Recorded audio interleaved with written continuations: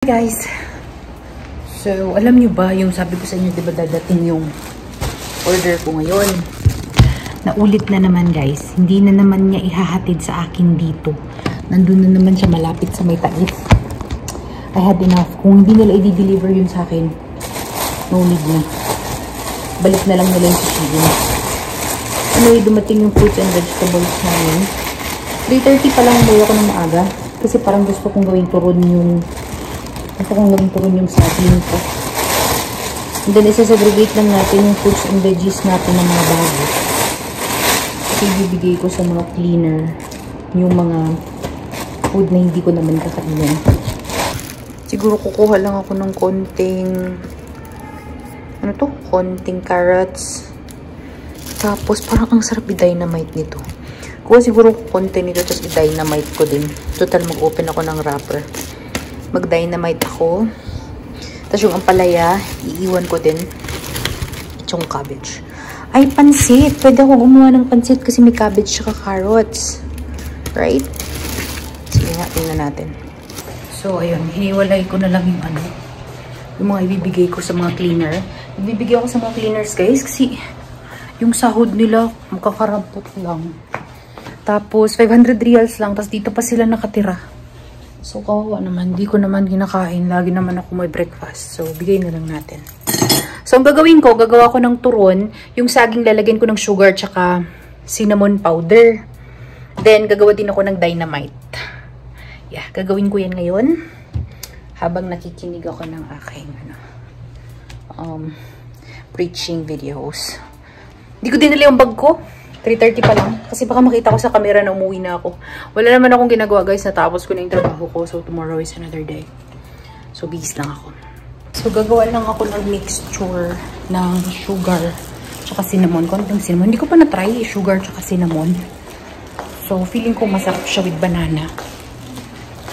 Ngayon lang ako ulit naka-video ng ganito guys. Kasi pag late na ako umuwi, wala na akong gana gumawa ng video. So medyo maaga ako umuwi. Kaya gana tayo. Yung mga lalaki sa labas, guys, hindi ko kayang lumabas. Naka-shorts ako. Anyway, I just put small amount of cinnamon. And then, more amount of sugar. Parang enough lang na may cinnamon yung sugar ko. Ewan ko ba nag-inert ako? Gusto ko lang i-try.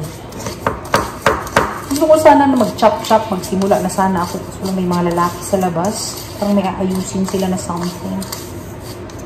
Na-stuck na ako dito sa kitchen, guys. Paano ako makalabas?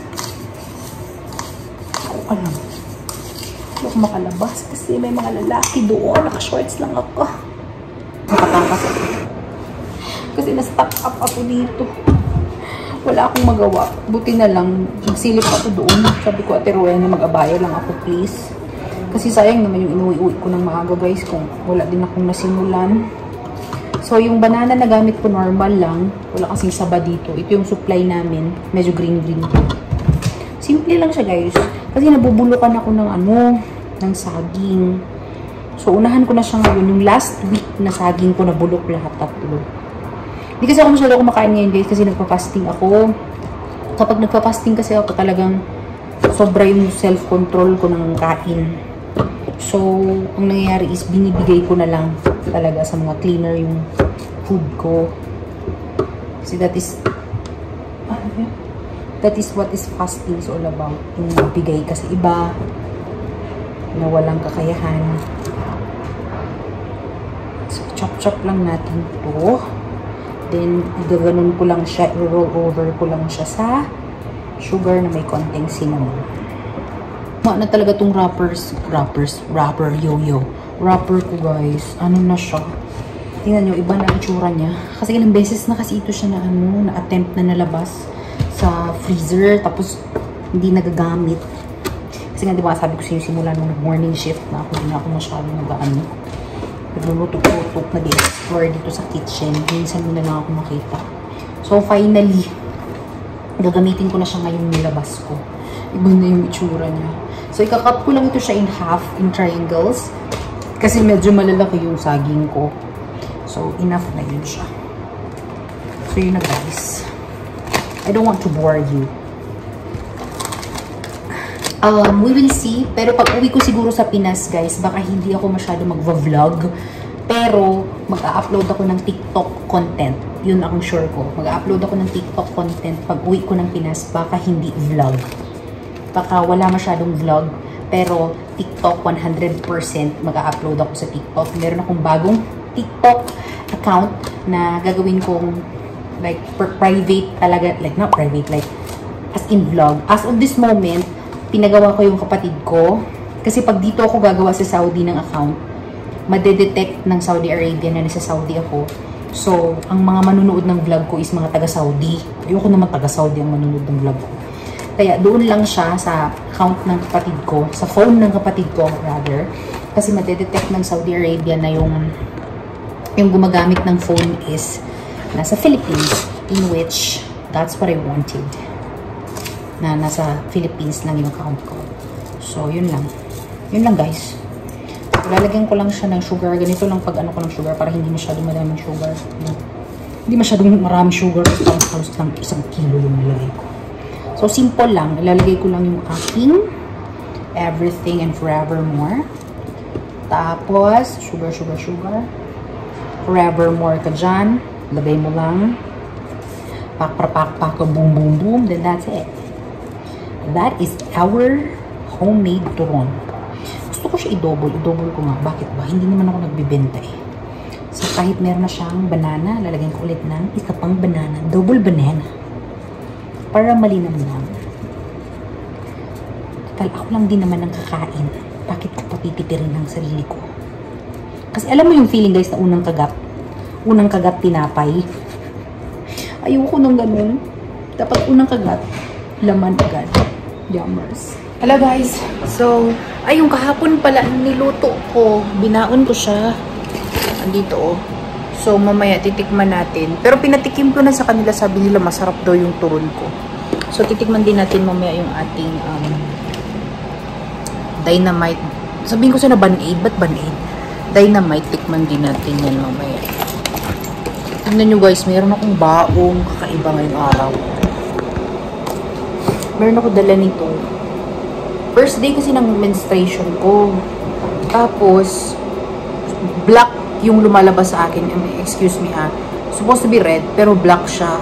Tapos, sobrang sakit ng puson ko. So, sobrang handy nito. Actually, meron ito sa Amazon. Ewan ko kung meron din siya sa Shopee. Dito ko kasi siya nabili. Actually, hindi ko to binili. Gift ito sa akin ng mga nung Christmas party ng mga kasamahan ko din na nagsistruggle din sa dysmenorrhea. So, basically, simple lang to siya, guys. Ipa-plug mo lang, tapos isi-set mo siya, tapos iinit siya, tapos sobrang sarap niya sa puson. Lalagay mo lang siya ganyan sa puson mo. Mag-feel mo yung comfort na gusto mong maramdaman, especially kung sobrang sakit ng puson mo dahil sa dysmenorrhea. So, dala ko to today, kasi sobrang sakit niya. So, mamaya, isi-set ko to. Hindi ko alam kung magtatrabaho ako ng bonggang-bongga ngayon, kasi hindi ako makafocus pag masakit siya. But siguro all of the time nakaganyan lang siya dito, tapos gaganon lang siguro ako. Yun guys, that's what's up for today. Guys, andyan na yung ano ko, yung package ko. Pinakuha ko dun sa doktor ko kasi dineliver na nila dito. Kasi kahapon, the panties in the house. Ayan, di ba dapat kahapon siya dumating? Hindi ko siya nakuha kasi gusto nila akong papuntahin like 45 minutes away dito sa akin, in which lagi yan ginagawa ng courier ng iMile. Pero wala ako sa mood kahapon. Sabi ko, you know what? iMile, enough. Parating yun na lang ko inape. So, hindi ko kinuha kahapon. Hindi ako naghanap ng paraan para pumunta doon. And then, pwede naman pala nilang ihatid. So, ang naghatid sa akin today is JNT. Ang kinaganda pag JNT, merong naghahatid dito sa area namin. So, since pauwi yung doktora ko, pinakuha ko na lang sa asawa niya. Anyway, guys, hindi ko gagawin yung unboxing ko dito sa video na to. Gagawin ko siya sa next vlog. Pang-unboxing ko ng aking mga... Most of the things there is pang bakasyon, actually. So, next vlog din na lang yan mapapakita. Next vlog din na lang yan makakita. And then sa vlog din na yun is hindi ko siya mapapakita sa inyo ng full. Kasi siguro ilalagay ko yun sa TikTok ko. Kung hindi nyo ako mahahanap sa YouTube, most probably nasa TikTok ako. Kasi it's easier for me to upload in TikTok. Okay? So yun na guys, thank you very much for watching this video. If you're new to my channel, don't forget to subscribe to my channel, like this video. Maraming salamat sa walang sawang panonood guys. Remember to keep safe all the time and God bless you all. Okay? Bye! Mga salamat!